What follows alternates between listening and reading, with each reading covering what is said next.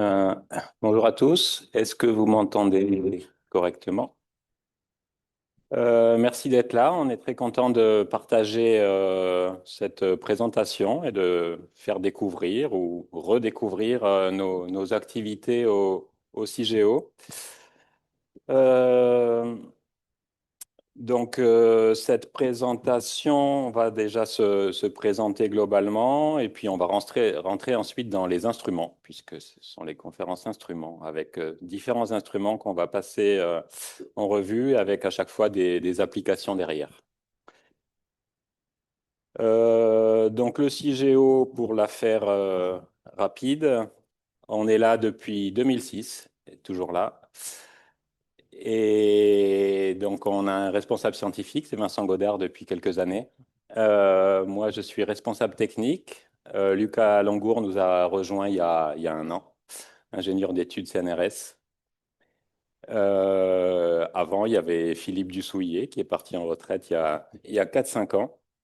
On accueille des contractuels, à peu près un à deux par an, pas mal de masters qu'on cadre. Des doctorants, postdocs, etc.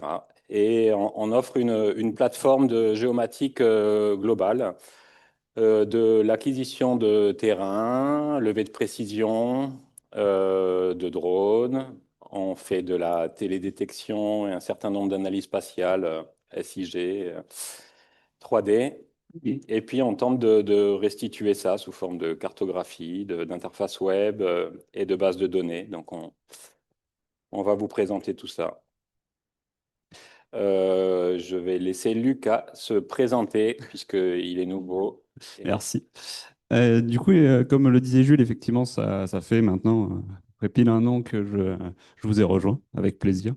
Et juste avant, j'étais à l'IRD, j'étais à l'UMR Espace Dev Montpellier, mais j'étais accueilli à l'Institut Pasteur du Cambodge et à l'Institut de technologie du Cambodge pour des thématiques plutôt de santé publique et d'application en télédétection environnementale, plutôt du travail sur des très longues séries, enfin, sur des longues séries temporelles, moins longues que les vôtres, enfin que les nôtres maintenant et sur beaucoup de développement sur ces données-là. Là, il y a quelques exemples d'applications que j'ai pu développer à l'époque. Vraiment, effectivement, les premières Covid, paludisme, à des échelles différentes, régionales, Asie du Sud-Est, nationale Thaïlande, transfrontalière, et toujours avec pas mal de contacts avec des partenaires sur des champs larges comme l'épidémiologie et entomo. Voilà, c'est pour donner un peu une idée de ce que j'ai fait avant et j'ai une formation vraiment à la base vraiment de géomètre topographe et ensuite de géomatique. Et le développement est venu plus sur le tas. Tac. Là, bon, en plus, CIGEO, c'est un bon moyen aussi d'ouvrir tout ce qui va venir ensuite, c'est qu'on pense tout le temps faire à la fois dans l'acquisition, dans la façon, dans le choix des exports, des standards de standards d'échange des données géospatiales.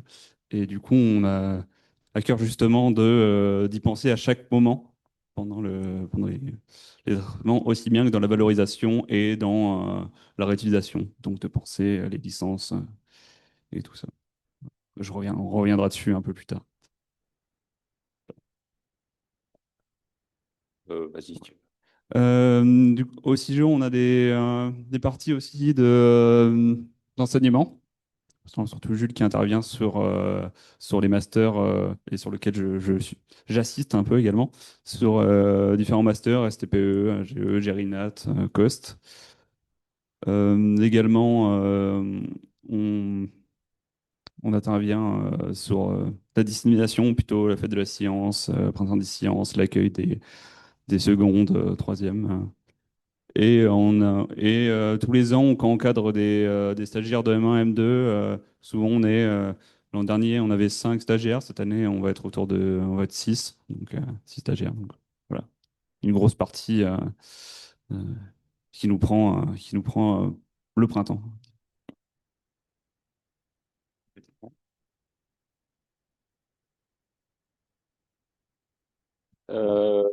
Du coup, on rentre dans les instruments. On va commencer par les levées topographiques de précision. Je ne vais pas faire long, mais déjà le principe du GNSS ou du GPS pour la faire vite. Donc, c'est un système de positionnement qui utilise les ondes émises par des satellites sous deux formes. Euh, et par un système, un principe assez simple de trilatération, ayant le temps de trajet entre le satellite et le récepteur. Il nous suffit d'avoir trois intersections, trois sphères pour trouver les coordonnées d'un point. Vu qu'il y a le temps aussi comme inconnu, il nous faut donc quatre satellites. Et si on arrive à avoir un peu plus de satellites, au-delà de 7, on arrive à avoir des bonnes précisions de positionnement. Malgré cela, si on ne fait pas de correction, on sera toujours à peu près à 5 mètres de précision. Et donc, il faut faire des corrections pour corriger différents effets atmosphériques, multitrajets, etc., pour obtenir des précisions centimétriques. Donc, le principe de la correction GNSS, c'est celui-là. Il faut disposer une antenne sur un point connu et enregistrer en continu les signaux GNSS, et donc déterminer la position et voir l'écart par rapport à la position connue. Et cet écart, il va être transmis par radio ou par Internet à un récepteur mobile qui va aller sur le terrain mesurer les objets d'intérêt. Donc il y a différents types de positionnement. Si on est statique, fixe, on peut avoir des précisions millimétriques. Si on est mobile, on a des précisions centimétriques. C'est souvent dans nos applications en sciences de la Terre la précision qui nous suffit et qu'on vise. Cette diapo tirée du réseau Centipede. Donc Centipede, en un mot, c'est un réseau initié par l'INRAE, libre et open source, ouvert à tous. Et chacun peut monter sa propre base de ce réseau, et ça permet de diffuser des corrections et que c'est public, tout le monde peut y avoir accès. Donc en fait, ici, on en a une au CIGEO sur le parc qui est installé. Et donc, ensuite, c'est transmis à un réseau N-Trip et c'est diffusé. Donc, tous les gens qui sont autour, dans un rayon de 50 km, ils peuvent utiliser les corrections de ces stations et aller sur le terrain sans avoir à mettre en place un système complexe de base et de mobile. Donc, on peut se balader simplement avec un mobile et, à partir d'un signal Internet, recevoir nos corrections et puis aussi envoyer les corrections vers un drone, vers un véhicule en déplacement. Donc on utilise pas mal ce genre de positionnement. Un exemple d'application de positionnement, c'est l'étude du niveau marin en Polynésie. Alors là, on a étudié les micro-atolls. Les micro-atolls, ce sont des marqueurs du niveau marin parce qu'ils vivent sous une fine pellicule d'eau pour avoir assez de lumière. Et ils croissent comme ça en forme de couronne. Si le niveau marin est stable, ils vont aller vers l'extérieur. Et donc la partie vivante sera la partie extérieure. Donc c'est la partie qu'on va mesurer pour avoir le niveau marin actuel. Et en parallèle, un peu plus loin, on va trouver des micro-atolls fossiles qui peuvent être sous l'eau ou émergés. Et donc, ça va nous indiquer les variations du niveau marin pourvu qu'il n'y ait pas de mouvement tectonique dans la zone. Pour ce faire, eh bien, on va mesurer la position des micro-atolls vivants et la position des micro-atolls fossiles. Et on va caler ça par rapport à un niveau moyen de la mer. Donc pour ça, il va falloir mettre des sondes de pression pour avoir un enregistrement marégraphique. Et on va caler tout ça, faire du jonglage entre les référentiels. Et on voit ici que ça, c'est le niveau de la marée la plus basse. On voit que les micro-atolls vivants sont toujours en dessous de la marée la plus basse. Et donc, on va pouvoir caler par rapport à un référentiel mean sea level les micro-atolls fossiles. Et le GPS, pour la petite histoire, il mesure par rapport à l'ellipsoïde, donc il va falloir jongler entre tous les référentiels. Donc, un papier qui est issu de ces travaux. Donc, ici, vous avez des micro-atolls fossiles en 3D, ici en carte. Donc, ces micro-atolls fossiles, ils sont échantillonnés, ils sont datés. Ici, c'est un profil topo qui nous montre des variations morphologiques de ces micro-atolls fossiles. Donc, ça peut être aussi des variations à haute fréquence du niveau marin pendant la vie du micro-atoll. Mais sur le plus long terme, ici sur l'Holocène, on a pu reconstituer ainsi, en échantillonnant plusieurs îles de Polynésie, le niveau marin et voir qu'il y avait un haut niveau marin il y a 3500 ans en Polynésie. Quelques photos de missions qui ont utilisé ces systèmes. Donc ici encore la Polynésie. Une jolie photo avec notre chère directrice et notre ancien directeur sur de la géoarchéologie en Crète. Ici, de l'étude de la fracturation sur des karstes dans le Dévoluy. Ici, de la géomorphologie fluviale dans le massif des Écrins avec Michal Tal et Magali Riza, qui sont toutes les deux parties.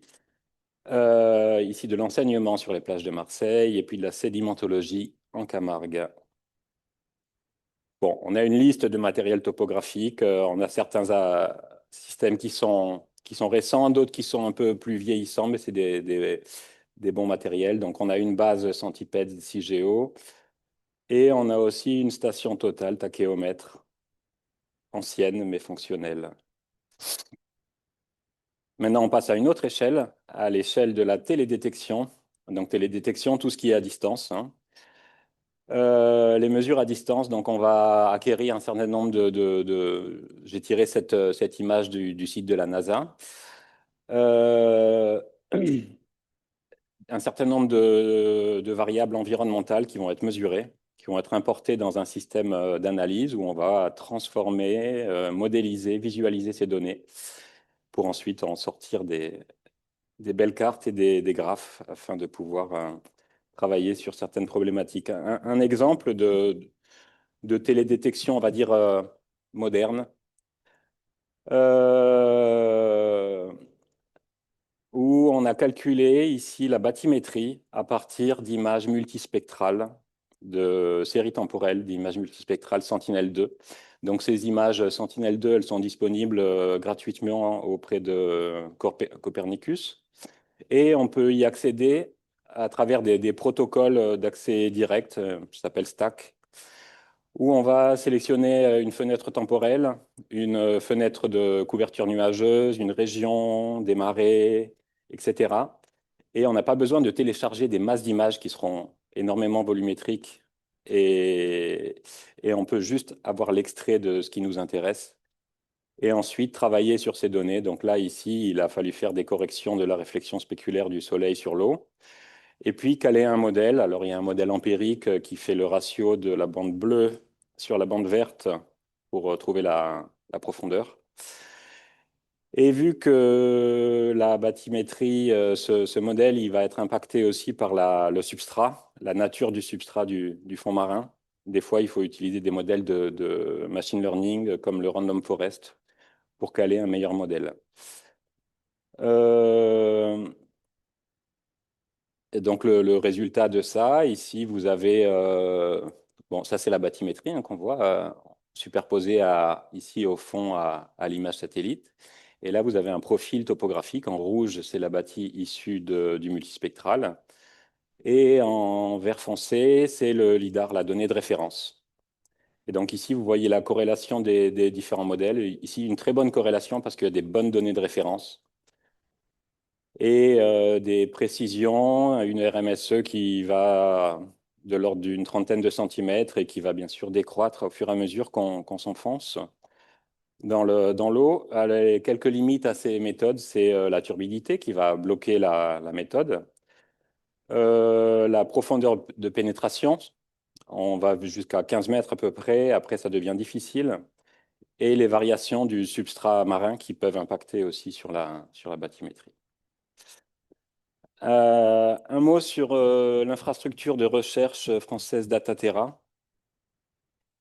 Euh, de laquelle on fait partie et donc qui vise à fournir des services autour des données d'observation de la Terre, des données qui soient interopérables, interdisciplinaires. Donc, pas mal de services aux utilisateurs. Alors, Dataterra est structuré sous forme de 5 pôles. Alors, moi, je participe surtout à Formater, Terre solide, TIA, les surfaces continentales, mais il y a d'autres personnes ici qui peuvent être intéressées par d'autres aspects. Et Dataterra, et ça va se décliner aussi en activités, notamment Dynamis, qui vise à fournir de l'accès à de l'imagerie satellite aux différents acteurs publics. Donc, je suis le référent de Dynamis ici au sein du CEREJ. Chacun peut avoir un compte sur ce catalogue et récupérer les données haute résolution satellite. Ça va vous offrir, par exemple, l'accès à de la donnée Pléiade, de l'imagerie satellite à 50 cm de résolution. C'est un satellite en fin de vie, mais qui fonctionne encore. Spot 6.7, 2,50 m de résolution, multispectral aussi. Pléiade Neo, qui est un peu plus commercial, mais on aura aussi un accès à ces données-là. Et là, c'est de la résolution de 30 cm.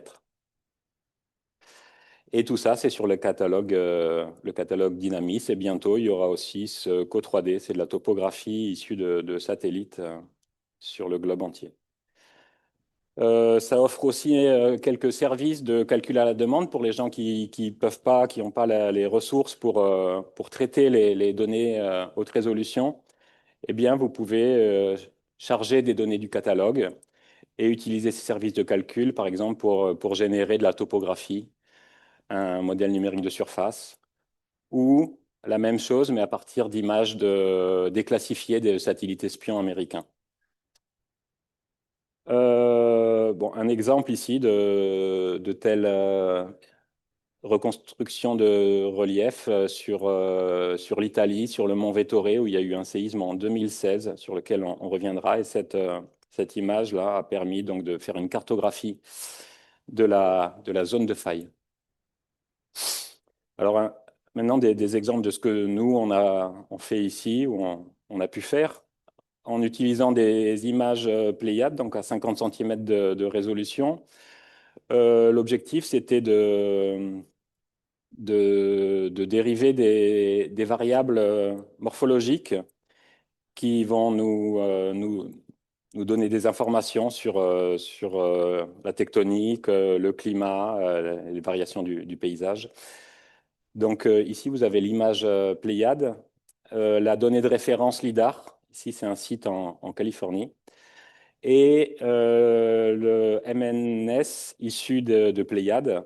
Donc, c'est des zones sans végétation qui se prêtent bien à ça. Donc, toutes les zones en vert issues où il y a de la végétation, on va les filtrer, on va les éliminer. Et on voit c'est un peu plus flouté, c'est un peu moins précis que le LIDAR, mais c'est quand même assez proche. Donc, pour ça, on utilise des chaînes de traitement, deux principalement. Une qui vient de la NASA, ASP, et l'autre qui vient de l'IGN, MICMAC, qu'on fait tourner sur le cluster ou sur nos stations de travail. Ce qu'on a pu voir dans cette étude, c'est qu'on arrivait très fidèlement à reconstruire le relief. Ici, vous avez un profil topographique où, si vous avez des bons yeux, vous voyez des petites différences en fond de vallée entre le lidar et l'image satellite. Donc, les variables morphologiques, la pente, la courbure, etc., sont de très bons agréments entre ces deux systèmes. Ici, c'est l'extraction du réseau hydro et des flancs de versants. Et donc, ça va nous donner des métriques très, très fines et qui vont être connectées au processus de surface des versants qui vont nous indiquer sur la réponse du paysage aux forçages tectoniques, climatiques et géomorphologiques. Donc, on s'est spécialisé depuis quelques années sur ces données haute résolution à travers deux méthodes principales. Donc c'est la HRTI, haute résolution terrain information, le LIDAR, qui peut être issu de campagnes aériennes, de campagnes drones. On a aussi un petit LIDAR sur drone, ou de campagnes terrestres. Et puis de photogrammétrie SFM, qui peut être fait à partir de drones, par exemple. Alors, qu'est-ce que ça va nous donner comme information? Ça va nous donner accès à des phénomènes de très faible amplitude, millimétriques à centimétriques, à des phénomènes dynamiques, parce que c'est des systèmes qui sont des acquisitions de données qui sont faciles à opérer, en tout cas qu'on peut opérer nous-mêmes. Donc, on peut revenir à la fréquence qu'on souhaite sur le terrain pour voir l'évolution du phénomène. On peut traverser la végétation, si elle n'est pas trop dense avec le lidar en tout cas, et on a accès aussi à la bathymétrie sous faible profondeur. Et ce qu'on va extraire ici principalement, c'est en rouge le modèle numérique de surface, MNS, en bleu le modèle numérique de terrain, MNT, et en vert la hauteur de la végétation, modèle de canopée. Alors,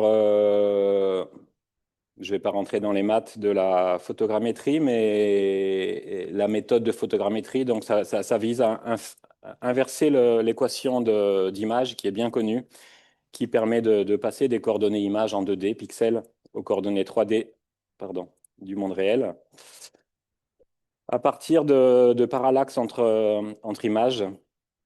Et donc, on va faire de la résection, reprojeter les points homologues pour trouver leur position dans un référentiel 3D.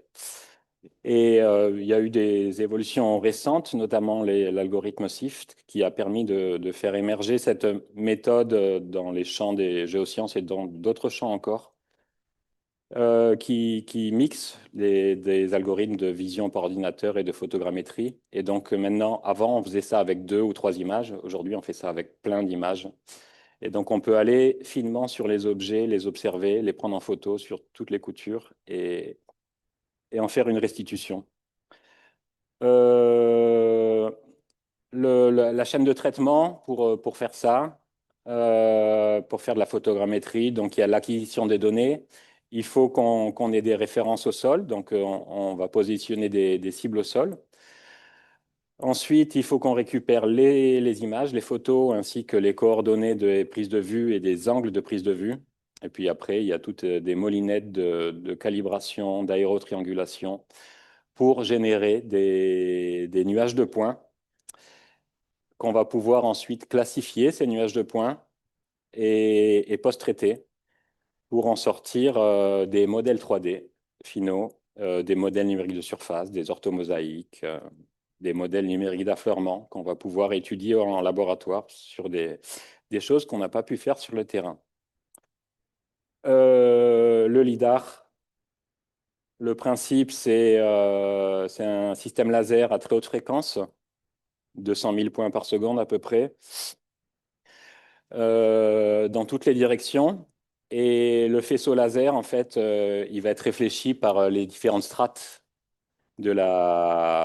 que ça va rencontrer. Donc, premièrement, la canopée, ensuite les strates intermédiaires de la végétation, ensuite le sol. Donc, on va récupérer ces différents échos et pouvoir modéliser ces différentes strates. Donc, nous, ce qui va nous intéresser en géomorphologie, ben, c'est le sol. On va éliminer la végétation. Et puis, si on s'intéresse à la biodiversité, on va travailler sur les échos précédents. Et on va voir des choses donc à travers la végétation. Donc ces méthodes nous ont permis de développer notre plateforme d'acquisition des données. Avant, on était relativement tributaire ou presque entièrement tributaire des données de prestataires, données aériennes, données satellites. Donc ensuite, on s'est mis à se former et à faire des acquisitions nous-mêmes, donc photogrammétrie à la perche, photogrammétrie par ULM, sur différents chantiers, sur différentes thématiques. Et puis, depuis 2015, on a une plateforme opérationnelle de drones, le drone étant le plus flexible,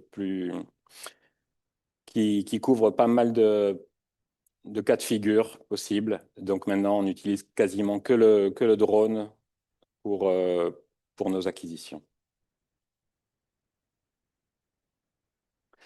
Quelques exemples de ce qu'on a pu faire avec ces méthodes. Donc ici, on a étudié la dynamique littorale des plages sableuses de Guyane. Plages sableuses de Guyane qui ont un fort intérêt parce que ça protège ce qui est derrière. Donc il y a des risques d'érosion, il y a un fort patrimoine de biodiversité, un patrimoine touristique. Et donc, il y avait des problématiques d'érosion. On est allé étudier ça. Ici, c'est la restitution en 3D où on voit très très bien la géomorphologie de la plage. Donc, on a installé nos systèmes sur des petits ULM. Et en fait, ces plages de sable, elles sont protégées par des bancs de vases qui sont issus des vases de l'Amazone principalement et qui vont migrer par la dérive littorale vers le nord-ouest et qui vont protéger les plages de sable. Mais parfois, ces bancs, ils s'en vont et les plages, elles sont soumises à l'érosion.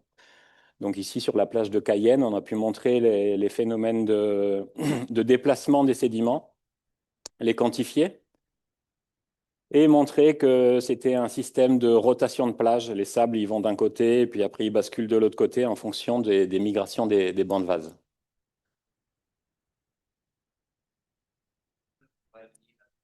Non, ça, c'est pas ça, c'est des croissants de plage. Ça s'appelle des croissants de plage. C'est des choses qui sont formées par le flux et le reflux des vagues. C'est des choses très fines, hein. Ça fait 10 centimètres d'amplitude à tout casser.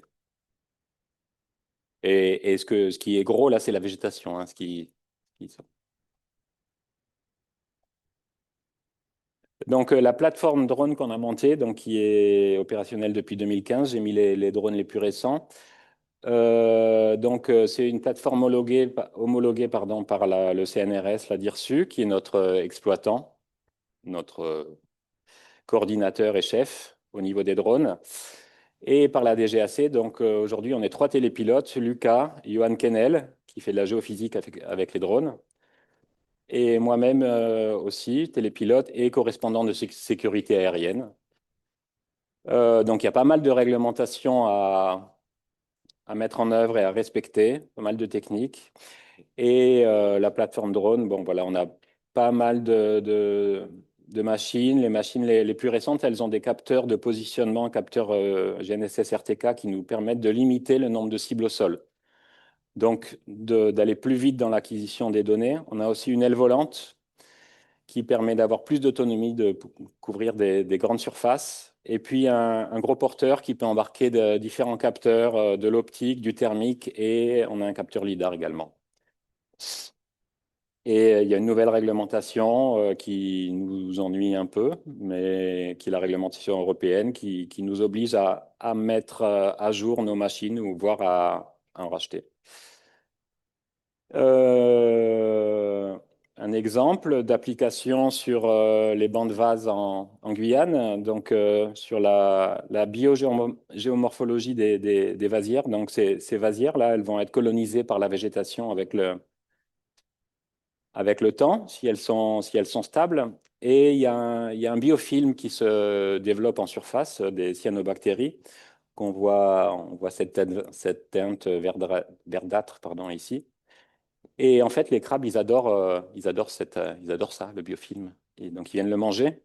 Donc, il y a plein de ça, ce sont des trous de crabes. Et donc, il y a tout un écosystème comme ça qui va se mettre en place. Et ça va avoir un fort impact sur la géomorphologie de la vasière et son évolution.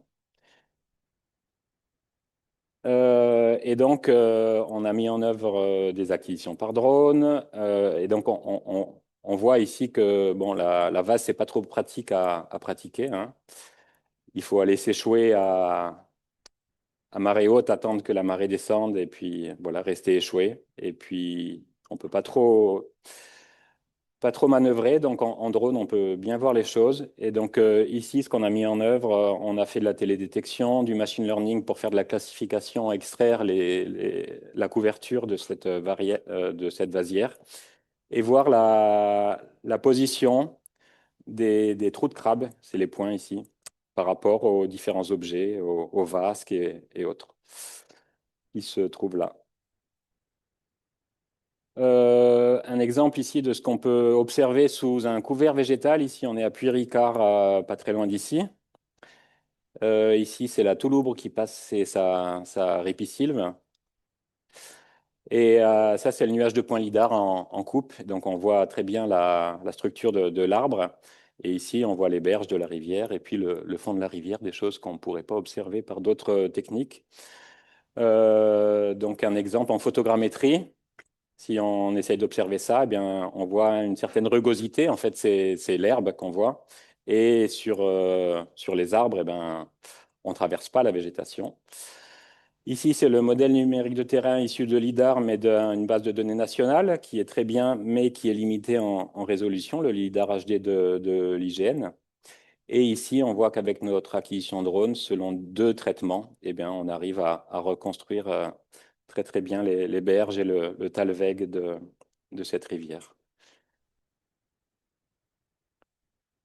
Un autre exemple, toujours sur la végétation, collaboration avec l'IMBE,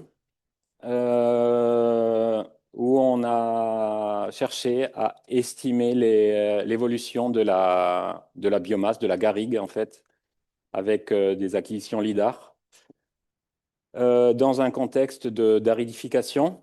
Donc c'est le site expérimental de Climed sur l'université de Marseille, où il y a des placettes où on va exclure une partie de pluie. Et il y en a d'autres où on ne va pas les exclure et on va voir les différences sur l'évolution de la végétation. Donc, on a acquis un certain nombre de données de contrôle de terrain, on a mesuré la matière sèche par ailleurs, et puis on a acquis nos données LIDAR, calculer des métriques LIDAR pour ensuite essayer de dériver une équation allométrique qui nous permette de calculer la biomasse. Les données, on obtient des gros nuages de points. C'est un des problèmes de ce type de méthode. Ici, c'est 300 millions de points, donc c'est lourd à traiter. 5000 points par mètre carré. Et pour chaque point, on a la position X, Y, Z et l'intensité du signal réfléchi. Une fois qu'on a tout nettoyé, parce que nous, on veut voir ce qui se passe sous les placettes, donc il faut éliminer toute la tonnelle métallique. Donc il y a pas mal de traitements à faire pour ça. Et donc ensuite, on normalise et on obtient la hauteur de végétation dans chaque placette. Ce qu'on a montré, c'est que sur les placettes où il y a exclusion de pluie, on a 30% de moins de hauteur par rapport aux placettes où on n'exclut pas, qui sont en contrôle, sur le cyste en tout cas, qui répondait le mieux.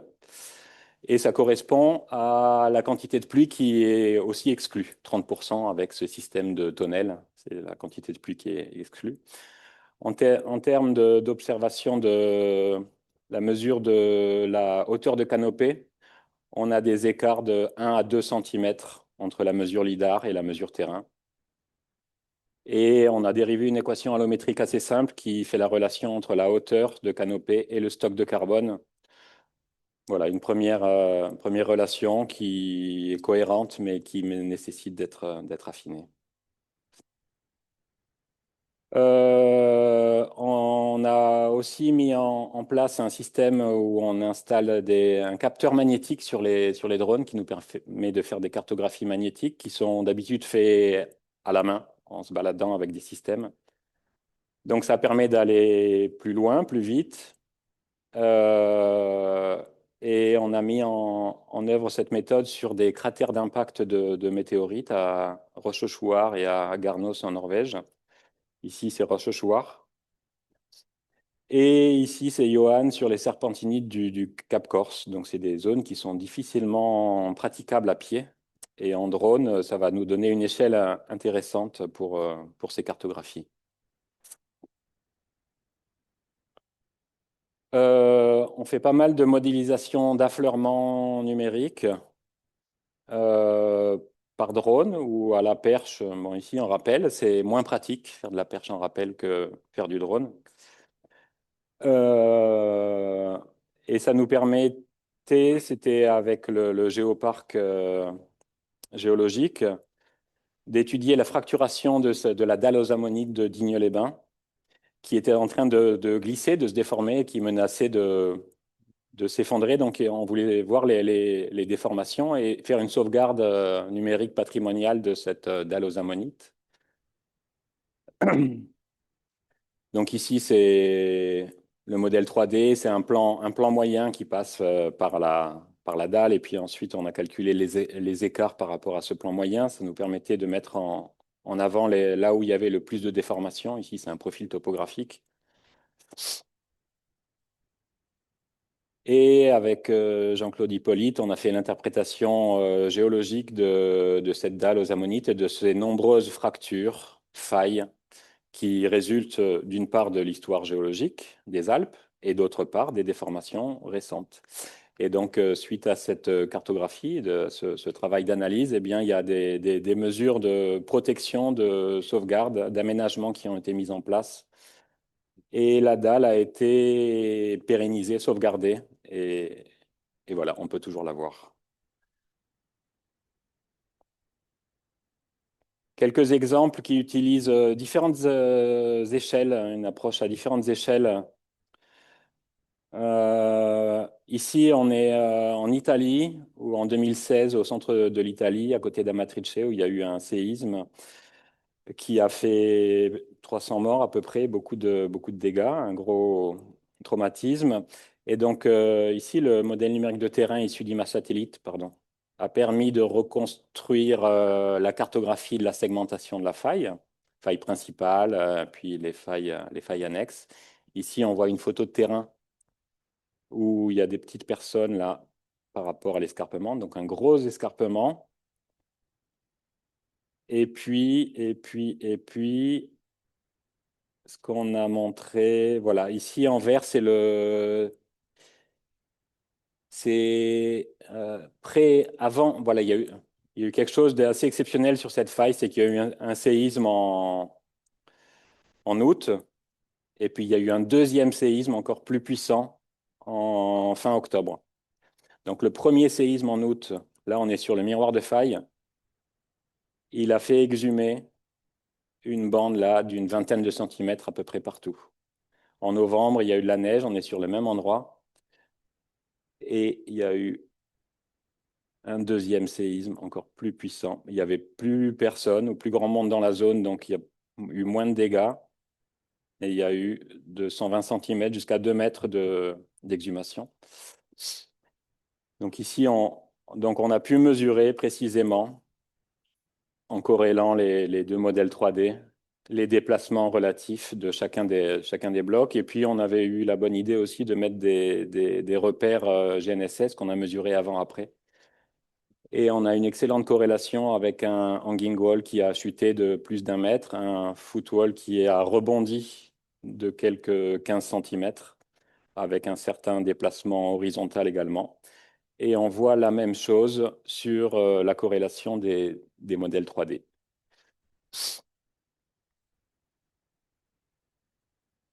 J'ai un autre exemple au Kirghizistan sur lequel je vais aller peut-être un peu plus vite pour ne pas être trop long. Il y a une zone particulière, Oui. le barrage est assez proche des lattices, Oui. mais on n'a pas. Non, je coupe parce que là, ça fait cacophonie. Euh, Où on a étudié un séisme, cette fois qui était ancien, qui a eu lieu en 1946, et on voulait identifier la faille qui a été génératrice de ce séisme, parce que, il n'y a pas beaucoup de monde, mais il y a beaucoup d'installations, des barrages, etc.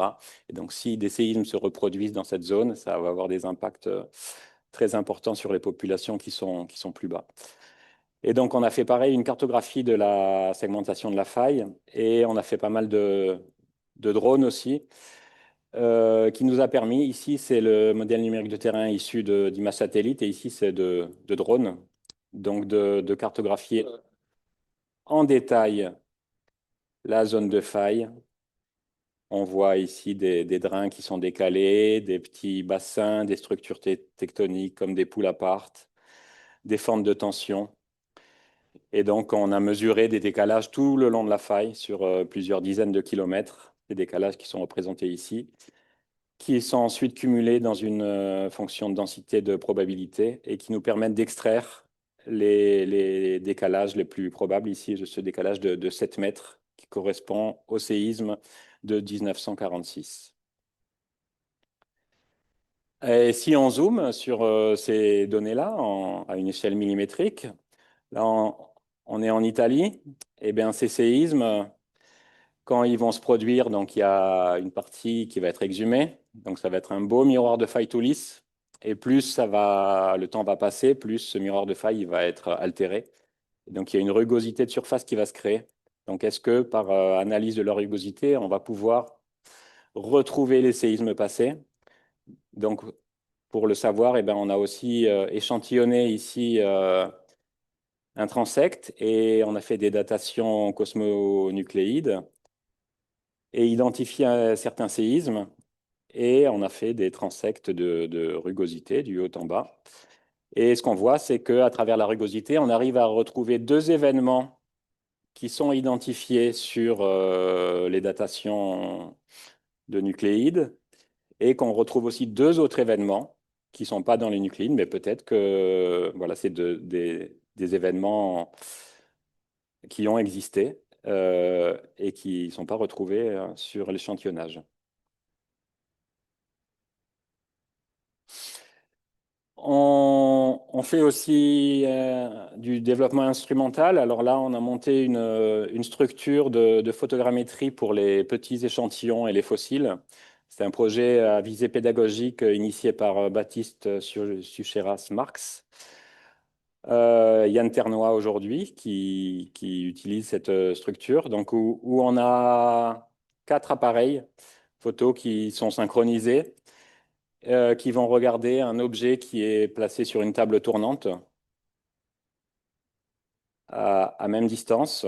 Et donc, on va pouvoir comme ça reconstruire l'objet en 3D. Et donc, on a pu construire une base de données de modèles 3D de fossiles et d'autres roches, qui est accessible à tout le monde, mais notamment aux étudiants. Et c'est intégré dans des modules pédagogiques Moodle sur Améthys. Donc là, il y a le papier BSGF qui vient de sortir là-dessus. Et ça a permis aussi d'initier un consortium, le consortium 3D de la BSGF, qui intègre ces modèles et d'autres modèles de terrain virtuel aussi. Un autre développement instrumental, non, ça c'est des exemples qui sont issus de ces travaux. Donc c'était pour l'enseignement, mais on a aussi fait un peu de science avec ça. Donc, on a travaillé sur des statues protohistoriques. Ça, c'est une statue qui est au musée de Marseille, un bicéphale. Et donc, on voulait savoir l'origine de ces statues, de l'origine des roches. Et donc, par cette technique, on a pu mesurer très précisément le volume et donc dériver la densité. Et par d'autres, c'est une méthode parmi d'autres, hein, mais ça nous a permis de savoir d'où venaient ces roches, les roches en question. Et ça, c'est un autre projet qui était initié par un artiste qui voulait faire un film sur Lucie et Maurice Taïeb, qui a jamais vu le jour, ce film. Mais par contre, nous, on a fait le travail de reconstruction de Lucie.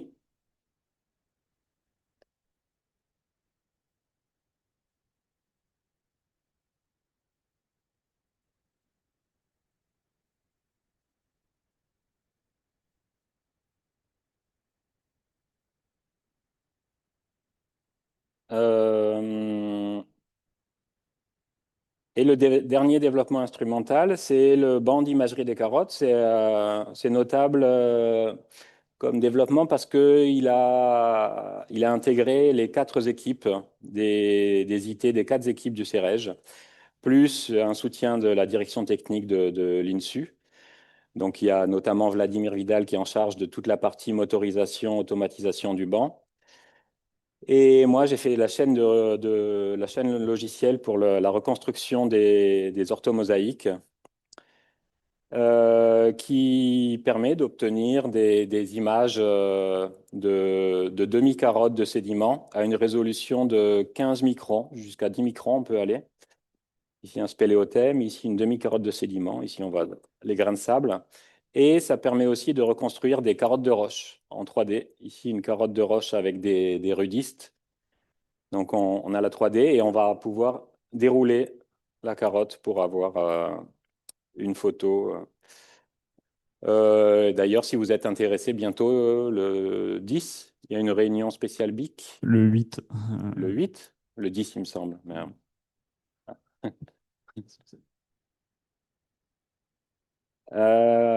Et quelques développements géomatiques, donc ça, que Lucas va vous présenter.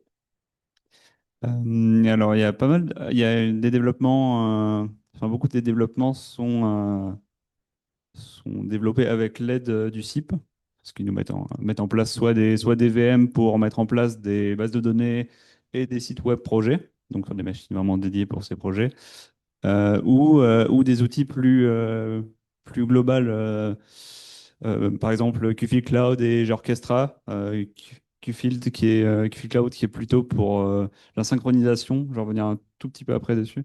Sur la synchronisation d'un projet QGIS pour qu'on l'ait sur le terrain et qu'on puisse faire de la saisie sur le terrain.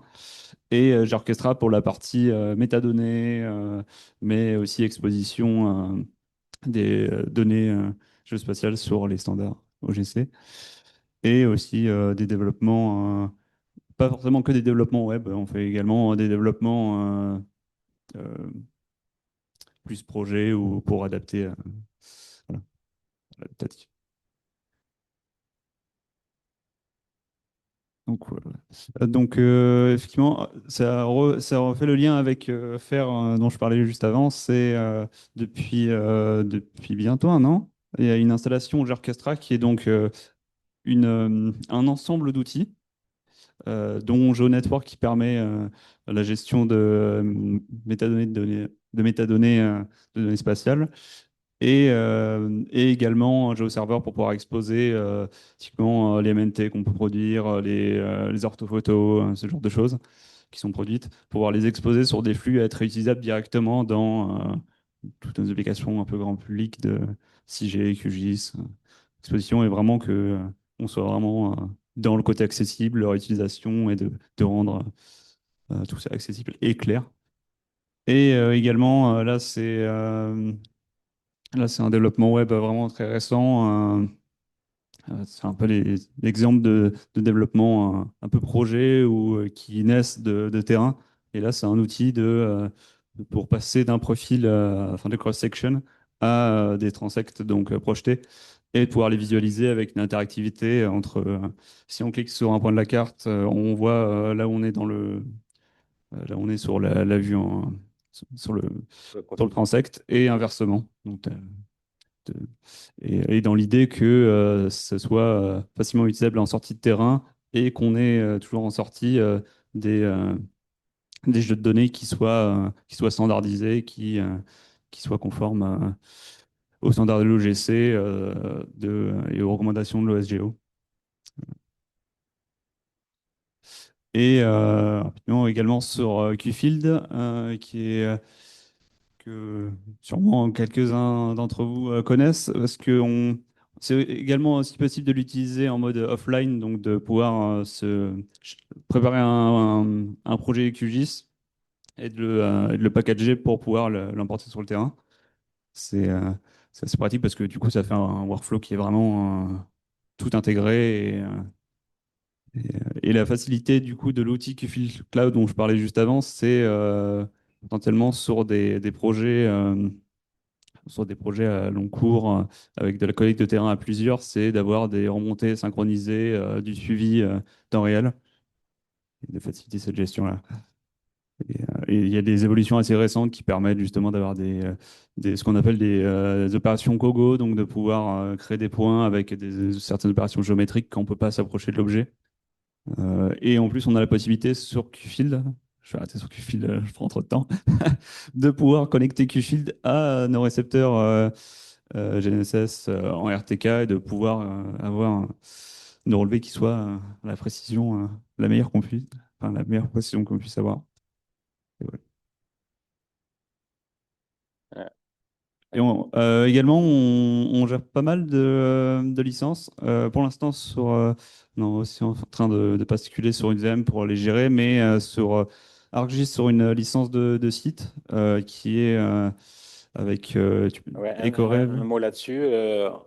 Sur un ArcGIS, c'est ce qu'on appelle une licence de site. Donc, on a beaucoup de licences, 250 utilisateurs. Donc, tout le monde peut avoir sa licence, tous les stagiaires, etc. C'est la licence avec tous les modules. Par contre, c'est un consortium avec EcoRev, l'IMBE et nous. Donc, on se partage la cotisation annuelle. Et EcoRev fermant cette année. Bon, on va être plus que deux, ça va être un peu plus difficile à maintenir. Voilà, nous, on offrait ces licences tout en disant qu'on n'utilise plus vraiment, nous, au CIGEO, ArcGIS. On fournit les licences, mais on est passé à l'open source, à QGIS grâce. Donc voilà, à voir si ce système est pérennisé ou pas. On a un certain nombre de licences de photogrammétrie. On fait aussi de la photogrammétrie open source, mais ce logiciel est très efficace, donc on l'utilise quand même. Il y a des licences pour nos besoins propres. Et il y a un certain nombre de licences également pour des géomodeleurs qui sont, qui sont enseignés et utilisés notamment par Sophie Viseur et son équipe RICA. Mais pas que, ça peut être utilisé pour de la tectonique, notamment 3D Move, GoCAD et Kingdom Suite. Donc, ce sont des licences voilà, qui existent et qui peuvent être utilisées. C'est des gros logiciels et il n'y a pas d'équivalent open source pour le coup. Et pour la télédétection, on avait envie, on a toujours une licence en vie, mais c'est les versions d'il y a 2-3 ans. Et on ne l'utilise plus trop, mais on a encore ce serveur de licence. Et je crois que on a fait à peu près le tour. Donc, merci de votre écoute. Et puis, on est là pour vos questions.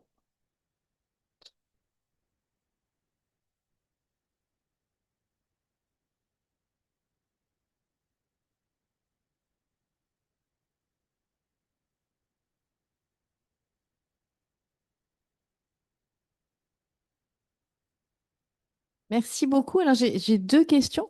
Donc, premièrement, sur ce que tu as montré au tout début, là, sur les coraux qui sont sous l'eau, l'acquisition que vous faites pour ceux qui sont sous l'eau, on est bien d'accord que faut quand même que la perche, elle dépasse de l'eau. C'est-à-dire que vous pouvez pas. On est d'accord? Ils sont les vivants en marche, on a de l'eau jusque-là, Oui, quoi. voilà, c'est ça. Donc, on peut très bien aller mettre la perche dessus et la tête Voilà. GPS, elle est hors de Elle l'eau. reste Parce que le hors de l'eau. GPS, ouais, il Voilà. va pas dans Sinon, l'eau. sous l'eau, vous n'avez pas de dispositif. Voilà. Non. Et ma deuxième question sur ce que tu nous as montré, Lucas, et ces espèces de géoportail, hein, en quelque sorte, que tu peux faire pour des projets, des choses comme ça, via les outils que le CIP met en place. Les données, elles sont abritées, en fait, sur quel type de disque dur? Enfin, je veux dire, c'est tout le souci enfin, du fait au fond, on ne cède pas des données à des serveurs ou des choses comme ça qui seraient extérieures Là, c'est sur le centre de données de l'OSU. Donc là, on va dire, c'est encore un peu en phase de test. J'ai eu encore pas mal de discussions avec Julien pour améliorer Julien le Cubain là-dessus. Et donc pour l'instant, on n'a pas beaucoup d'espace disque, mais ça va se discuter aussi quand on va avoir une montée en charge. Et puisqu'il est installé vraiment aussi à l'échelle OSUPA, c'est pas un GeoOrchestra qui est CRH, enfin étiqueté CRH. Donc c'est ça. Du coup, Pour l'instant, pas non. encore, mais là, on a un On va réunion. voir la discussion, mais on n'a Ça pas arrive. travaillé avec le CEDOP, on a travaillé avec le CIP pour la mise en place. Et également, je vais lancer la discussion. Il y a un groupe géomatique une liste géomatique qui s'est montée au sein de l'OSU et ouais, je vais lancer ces sujets-là, QField, Cloud et Orchestra, effectivement, parce que c'est.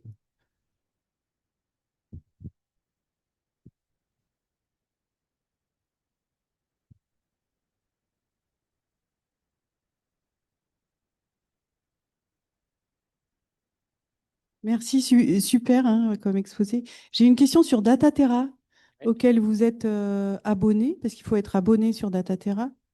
Dataterra, on est membre de fait puisqu'on est membre du UMR. Donc on peut aller dans les groupes thématiques TIA, biodiversité qui nous intéressent et participer à la vie de Dataterra. Et par contre, si vous voulez récupérer des images via Dynamis, des données via Dynamis, là il faut s'inscrire. Je crois que j'ai mis le lien et c'est moi le référent Dynamis. Donc, faites une demande sur le site. et je vous valide et vous avez accès donc aux images existantes d'archives. Et on peut aussi faire des acquisitions, faire de la programmation. Si vous savez qu'à telle période, entre mai et juin, vous voulez une image de telle zone avec telle couverture nuageuse, vous pouvez programmer une acquisition satellite pour cette période-là. Ah, je suis pas sûre d'avoir tout compris du coup, mais je viendrai de voir. Mais, et sinon, sur la partie biodiversité qui est assez nouvelle, euh, est-ce que, il y a finalement beaucoup de projets qui sont hébergés sur Dataterra et où ça en est? Alors, moi, j'avoue que je participe, je suis un peu ce qui se fait à TEIA principalement, un peu sur Formater, mais les autres groupes, océan, atmosphère et biodiversité, je suis pas trop leurs activités, donc je sais pas, je pourrais pas répondre, hein. Mais il y a un site web sur lequel il y a, Et il y a je beaucoup suis pas, alors sur les sites auxquels vous avez plus l'habitude d'avoir accès, il y a beaucoup de projets du CEREJ qui sont sur Dataterra ou de métadonnées et de données du CEREJ qui sont sur Alors, les Dataterra. catalogues de Dataterra, là, ils sont assez nouveaux. Pour l'instant, c'était un ensemble de services, d'aide aux utilisateurs, euh, de données qui sont. Mais par contre, les données utilisateurs qui remontent, c'est en train d'être mis en place. Donc, il y a différents catalogues de données. Easy Data qui vient de sortir. Il y a Gaia Data qui est la plateforme globale qui va tout synthétiser. Et du coup, ma question, c'est finalisé? Enfin, c'est effectif, ça C'est fonctionne? effectif, D'accord. ça existe, mais c'est jeune, quoi. C'est pas mature. Et nous, on n'a pas encore on n'a pas fait remonter de données au sein de Dataterra pour l'instant. Là, on est en train de développer en local ce jeu Orchestra. Et puis, quand on aura nos fiches, notre base de données qui sera finalisée, oui, on pourra. Notamment, il y a aussi un groupe drone auquel Jules fait partie, Dataterra, voilà, pour les discussions de comment, quoi archiver, où, comment. On est assez actif.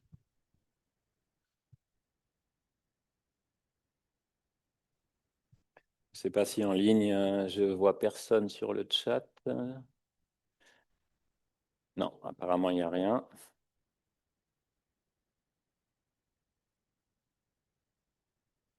Bon, ben merci tout le monde. Merci Jules, merci Lucas.